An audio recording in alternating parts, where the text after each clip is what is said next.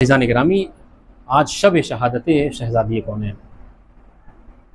फ़ैज़ान गिरामी, ये जो मारिफ़ हैं, ये जो उलूम हैं, हम तक पहुँचे हैं जनाब सैयदा के हवाले से। सबसे बड़ी मुसीबत यही है कि जनाब फ़ातिमा के इस दुनिया से चले जाने से हम उन उलूम और फैज़ से महरूम हो गए कि अगर शहज़ादी इस दुनिया में रहती तो जिसकी वजह से हम तक उलूम पहुँचते। अल्लाहु अकबर। आज शब शहादत है, इंसान इस बीबी की मुसीबत को कहाँ कहाँ तक जिक्र करे। अल्लाहु अकबर। नबी की वफ़ात के बाद शहज़ादी 75 दिन या 95 दिन ज़िंदा रही हैं, लेकिन आलम क्या था कि मुनहद्दतुर रुक्न, शहज़ादी की पसलियाँ टूटी हुई थी। अल्लाहु अकबर। ये पसलियों के टूट जाने का उसकी मुसीबत ऐसी मुसीबत है कि जो हम तर्क नहीं कर सकते, जो हम समझ नहीं सकते। ईरान के एक मशहूर ख़तीब हैं आयतुल्लाह अंसारियान, अभी खिताबत करते हैं। इनके हवाले से मशहूर है कि एक दफ़ा उन्होंने तेहरान में जनाब अय्याम फ़ातिमिया में मजलिस पढ़ रहे थे और मसाइब पढ़ा उन्होंने, और मसाइब में इस बात को जिक्र किया कि शहज़ादी की मुसीबत ये है कि ज़िंदगी में ही शहज़ादी की पसलियाँ तोड़ दी गई थी। अल्लाह अकबर। मसाइब पढ़ चुके, ख़त्म हुआ मसाइब, नीचे उतर गए, मोमिनीन ख़त्म हो गए, लेकिन मोमिनीन चले गए। लेकिन रिवायत में है कि मतलब वाक़या इस तरीके से है कि आयतुल्लाह अंसारियान ने देखा कि तमाम मोमिनीन अपने अपने घर चले गए, लेकिन एक शख्स है कि जो मिंबर के करीब बैठा हुआ ज़ारो क़तार रो रहा है, ज़ारो क़तार रो रहा है।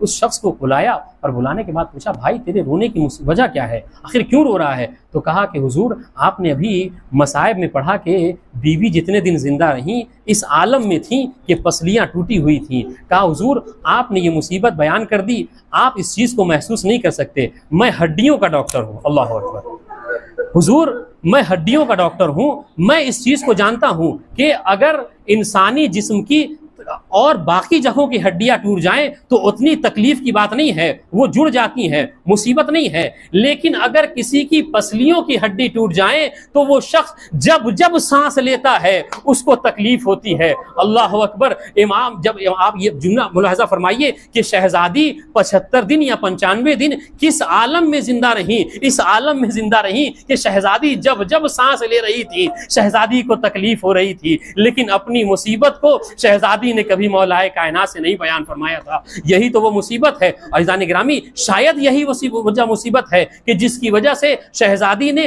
18 साल की उम्र में, आपने कभी नहीं देखा होगा, आपके घरों में भी 18 साल की खवातीन मौजूद होंगी। आप जरा देखिए, 18 साल की खातून जिसका शौहर मौजूद है, हसनैन जैसे बच्चे मौजूद हैं, ज़ैनब व उम्मे कुलसूम जैसी बेटियां मौजूद हैं, और उसको जीने के लिए क्या चाहिए। लेकिन अल्लाह अकबर, ऐसी मुसीबत थी शहजादी पर कि ऐसे आलम में अल्लाह ताला की बारगाह में दुआ करती थी, अल्लाहुम्मा अज्जिल वफाती सरिया, परवरदिगार फातिमा को जल्द अज जल्द मौत दे दे। ये वो मुसीबत थी शहजादी की। शहजादी पर इतने मजालिम ढाए गए थे कि शहजादी जीना नहीं चाहती थी। और ईज़ान गिरामी, ये फ़कत शहजादी का आलम नहीं था, बल्कि हमने तो रिवायत में देखा है कि शहजादी की मुसीबतों को देखकर मौलाए कायनात भी अपनी मौत के लिए दुआ किया करते थे। हाँ ईज़ान गिरामी, मौलाए कायनात शहजादी की मुसीबत पर सब्र नहीं किया करते थे। और ये समझ लेना बहुत आसान सी बात है। आप देखिए कि मौलाए कायनात वो हैं कि जिन्होंने अपनी ज़िंदगी में बड़ी बड़ी मुसीबतों पर सब्र किया है। मौलाए कायनात वो हैं कि जिन्होंने अपनी माँ का गम झेला है। मौलाए कायनात वो हैं जिन्होंने जनाब अबू तालिब का गम झेला है। मौलाए कायनात वो हैं कि जिनकी जिंदगी में रसूल इस्लाम इस दुनिया से गए हैं। लेकिन ईज़ान गिरामी, मौलाए कायनात ने हर मुसीबत पर सब्र किया, लेकिन जब जनाब ज़हरा को दफनाया है तो अली जैसा साबिर इमाम है जो सब्र नहीं करता बल्कि दुआ करता है, परवरदिगार मैं इस बात से खौफजदा हूं कि फातिमा के बाद कहीं अली ज्यादा दिन तक जिंदा न रह जाए।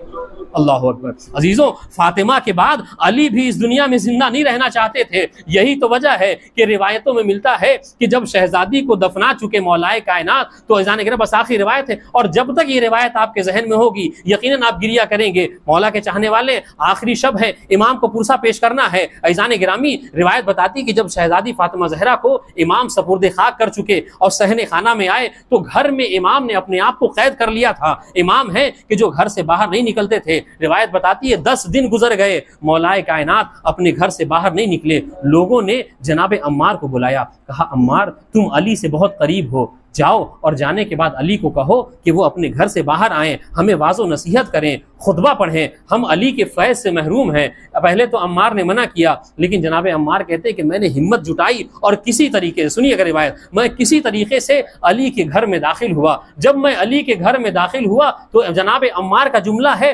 फख्तनक़त अबरती, तो मुझसे रहा ना गया, मैं ज़ारो क़तार रोने लगा। कहा अम्मार क्या देखा? कहा जनाब अम्मार कहते कि मैं जब सहने मौलाए कायनात में दाखिल हुआ तो मैंने क्या देखा कि शहजादी की जाने के 10 दिन गुजर चुके हैं, मौलाए कायनात हैं जो सहने खाना में बैठे हुए हैं और चारों तरफ से यतीमाने फातिमा हैं जो मौलाए कायनात को घेरे हुए हैं, और इस तरीके से है जिस तरीके से शमा के गिर्द परवाने मौजूद हैं, ज़ारो क़तार रो रहे हैं। मैंने कहा या अमीरुल मोमिनीन अंतल लज़ी तुअल्लिमुनी सब्र, ए मौला, अरे आप तो हमें सब्र की तलकीन किया करते थे, ए मौला आखिर क्या वजह है कि आप सब्र नहीं करते? अजब जुमला कहा मौला ने, कहा ए अम्मार, अरे तुम मुझे सब्र करने को कहते हो? लम्मा वज़अतुहा अला साजतिल मुख्तसल, ए अम्मार जब मैंने फातिमा को तख्ते गुस्ल पर लिटाया, राई तो ज़िलाम मिन अज़लाइहा मकसूरा, तो मैंने क्या देखा कि फातिमा की पसलियां टूटी हुई थी।